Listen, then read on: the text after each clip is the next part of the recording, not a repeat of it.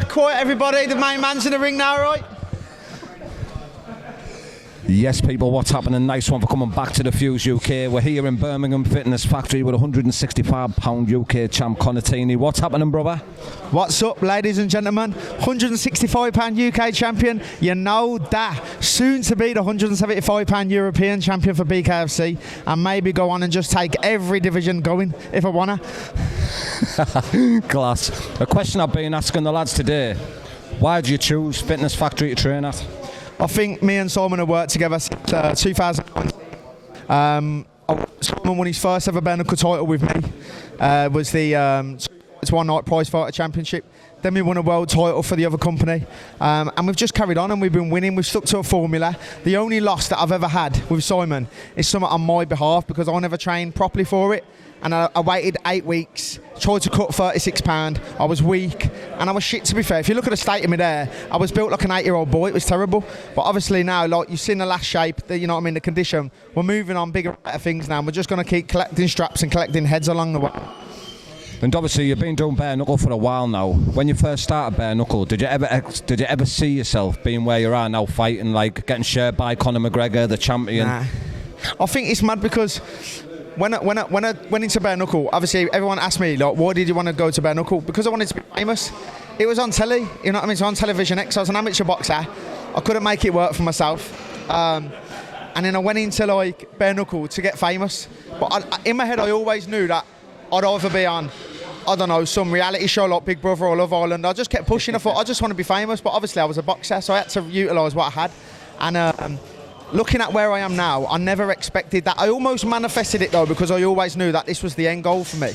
But deep down, I never knew I'd be as big as I was now, and I'm still not even there yet. Like, I'm nowhere near what I want to be. Like, I want to be a household name in bare knuckle. Yeah. I'm a household name in Birmingham for bare knuckle, but I need to be a household name nationally, globally, do you know what I mean? In the UK, in America, all over the world, and that's something that I'm working on achieving. And have you enjoyed the BKFC run so far? Oh, I love it. I love BKFC. This is where I'm going to be now. This is where I'm going to be on until the end of my career. This is the biggest bare knuckle organisation in the world. You know, David Feldman has worked wonders with the company, you know what I mean? And everybody's brought on board with him. He's got a fantastic team, you know what I mean? You know, he's got his son, Dave Feldman Jr., Evan Zantar, you know what I mean? The photographer team's exceptional. The production's out of this world, you know what I mean? We've got our UK team, we've got Mark and Andy Baker now working there. It's brilliant. And obviously then Conor McGregor's come over as a shareholder. You've got the NBA players moving in now, you know what I mean? This is the biggest organisation in the world. There's no other bare knuckle organisation I'd fight for, you know what I mean? You know, I'm pleased to be at the level I am now, especially with the position the company's going to. And I know you sort of look up to Conor McGregor. Obviously, you're not the type of person who'll chase someone round for a photo and that. So what was it like in Marbella when he recognised you and come over to you? Do you know, like, obviously, I've been a bit, I'm one of them people where I don't like to chase people and I don't like to beg attention off people. And I see a lot of fighters do that with Conor. And I look up to Conor so much. I watched him in the UFC. I'll never watch UFC until I watch Conor. And I never watched Conor at the start for his fight game. I watched him for his aura, his personality, character. I'm a person that builds my character off that sort of vibe. Yeah. And when I seen Conor in the ring, I wanted to wait for the right opportunity to ask for a photo. I didn't want to run in there and sort of beg it off him. For Conor to point at me and go, Tierney boy! Like, obviously, I was gassed, you know what I mean? Because obviously people back home at Wheelie Castle has come from a low-income estate and that's like a boyhood dream, do you know what I mean? And then when people are on the street going, mate, Conor McGregor recognised you, like, do you know what I mean? It was unbelievable, do you know what I mean? And he's a phenomenal athlete, and he brings a lot of attention to the sport. And for his profile and how high he's up in the game now, to be recognised by that man in the ring in the middle of Marbella after such a catastrophically, astronomically enormous event in BKFC, it was phenomenal. Yeah, it was, mate. What a show. And there's rumours in the background that it's been confirmed for the Birmingham show. What does it mean to you and the lads to have a show in Birmingham? Listen, I would pick Birmingham as a venue for a BKFC event over any venue in the world, and there's a lot of lads that join BKFC because they want to go to America. Listen, I'll pick Birmingham over that. You put me in front of all my Birmingham fans, my home fans, selling thousands of tickets, you know, in front of an atmosphere that I can never buy, that money can't buy. That is what I want, you know what I mean? I want to fight in Birmingham. Everybody's had their chance. Rico's had Leeds, you know, Mick's had Newcastle. You know, people have had their hometowns. I've not had my hometown yet. Coventry's not my hometown. Birmingham's my hometown. And trust me, we get Birmingham now in May for the European title. The scenes will be ridiculous. I honestly think now that we've got the potential here to beat Wembley. I feel like we could beat 6,000 in attendance and become the UK record for a bare knuckle event. Yeah, that'd be amazing, because you're doing big things now, aren't you? Like walking out on the football pitch, Birmingham City, with a belt and that. Obviously, your fan base is growing more.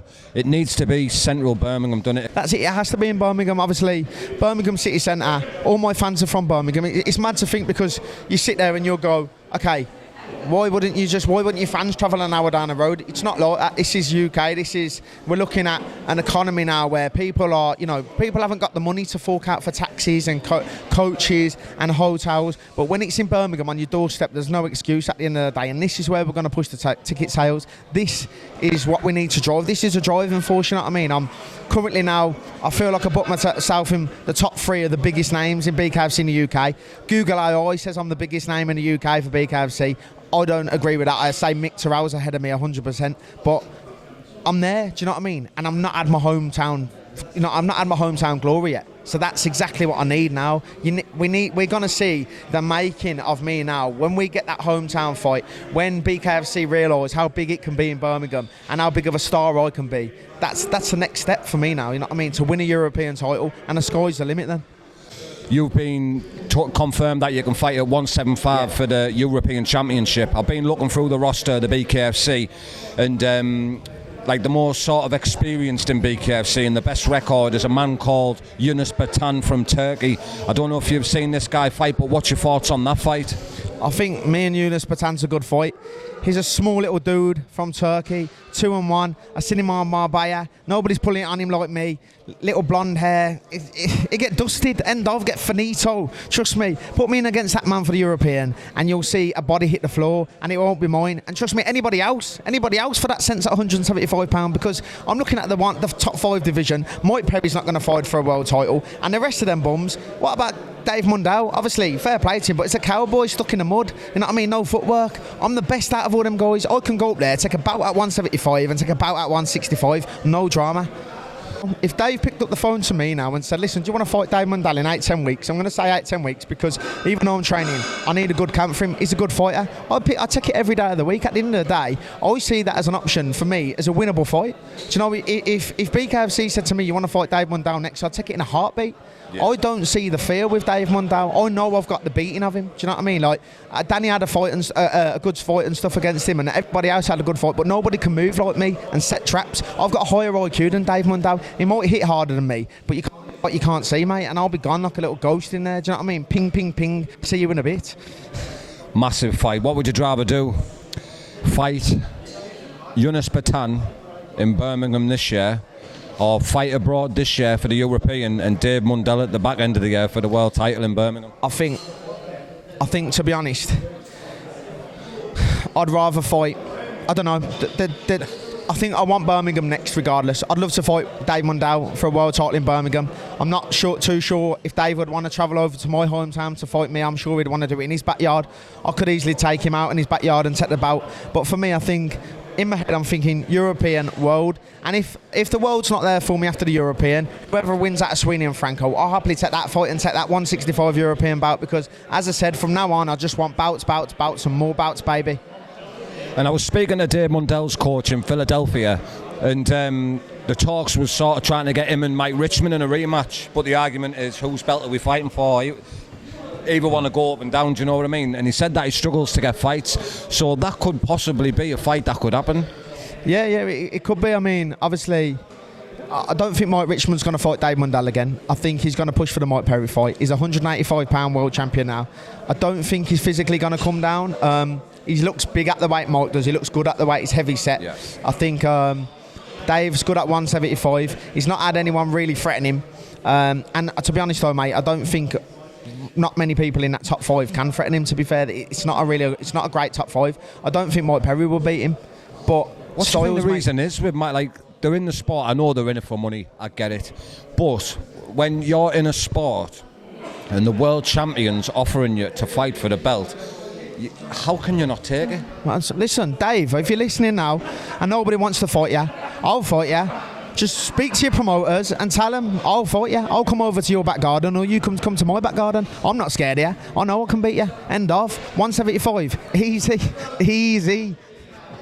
Is that where you're going to be staying at, 175? No, obviously the goal is I'm always the welterweight for me. I'm always a welterweight. But because of the options and how it's worked is, listen, I'm a big boy as well. I walk around about 93, 94 kilo, which is like over 200 pound, and I'll cut down to 165. So I'm going to cut down to 175 only because they've put Franco Sweeney fight for the European, which everybody knows in the game that don't make sense, and it should have been me probably fighting Sweeney. But regardless of what it is, I'm moving up weight to capture a bout at that weight to maybe go down and fight for a European bout or a world title if it's available, or if not, I'll stick there and I'll fight Dave Mundell for his title if he's still got it then. That's another fight that I think that'd be good for you. Yeah. Austin Trout, another boxer. It's a winnable fight. I'd love to fight Austin Trout. I think he's really good. I think he's old though. You know what I mean? He's old. I watched him against Franco. Showed a lot of signs of weakness. Surely that man don't want to be in the game much longer. You can see just from his body shape. You watch him against Canelo when back in the day when he was a pro boxer. I watched him against the Cuban fella as well. I can't remember his name. And he was ripped. He can't. Was it? Yeah. He can't get. Now it was the other one, but he can't get into shape anymore. And that's because he's getting older. You can see his body's old. You know what I mean? And he's done well in bare knuckle. Fair play. He's beat Diego Sanchez, who was, no offence, a walking punch bag. Luis Palomino, who would never really fought a boxer. And Rico, who's not a boxer. He's an MMA fighter and he just ran in straight lines, throwing shots. He's yet to come against anyone with any IQ and any boxing ability in bare knuckle who has mastered the game like I have. I've come through and mastered to be able to bring back the amateur boxing pedigree because I was never a pro, and also the nitty-gritty bare knuckle style, which I'm implementing now. And I'm you know what I mean, I'm becoming a bit of a force to be reckoned with at this weight. So in reality, I think me and Austin Trout will be a superb fight, but that fight he's got next against Carlos Trinidad Snake, that's a difficult fight. I've said it from day dot. There's been talks of you fighting Carlos Trinidad before, hasn't there? I think Carlos is a hard fight, mate. Snake is he's not a great looking. Yeah, he's not a great boxer. He's not a great personality. Does he do anything for the sport? No, not really. He's a bit fucking shit, really. Any shit personality of a breadstick, like. But I think in terms of fighting ability, he's awkward and he's horrible. He's got long arms and he's an orthodox and he's unpredictable. And I think Austin Trout might have a bit of problem with him because of that sense. Who knows? But I'd love to fight the winner, but obviously we'll see what happens. That's another thing as well, in the 175 and 165 pound division. If you look at the top five in both categories, a lot of them aren't really social savvy, are they? They're not bothered about building a profile. Some of them will only have 1,000 followers, and I know it's not about that, but it is. It is. It's all about publicity. It's all about clout. It's all about followers, fame, and you know what I mean. And you've got to be able to talk the talk and walk the walk. And not once in this interview have I stuttered or looked for my words or ummed and ahed, you know what I mean? I know exactly what I'm saying, and everything's got to be running through that head, fluent, and you know what I mean, and fluid, flowing through. Every word that comes out of my mouth, it's pre-calculated, premeditated, you know what I mean, ready to go. Obviously, at the end of the day, these guys have got to talk the talk and they've got to walk the walk. Walking a walk is one thing, and everybody can walk the walk in a fight game, but talking it up and backing it up is a completely different thing, and it's all about being a marketable and a promotable fighter. And when you've got that and you've got the full package and you get the following and you get the fans and you get the haters, then you start to become the package. Then you start to be the fighter that everybody wants to see.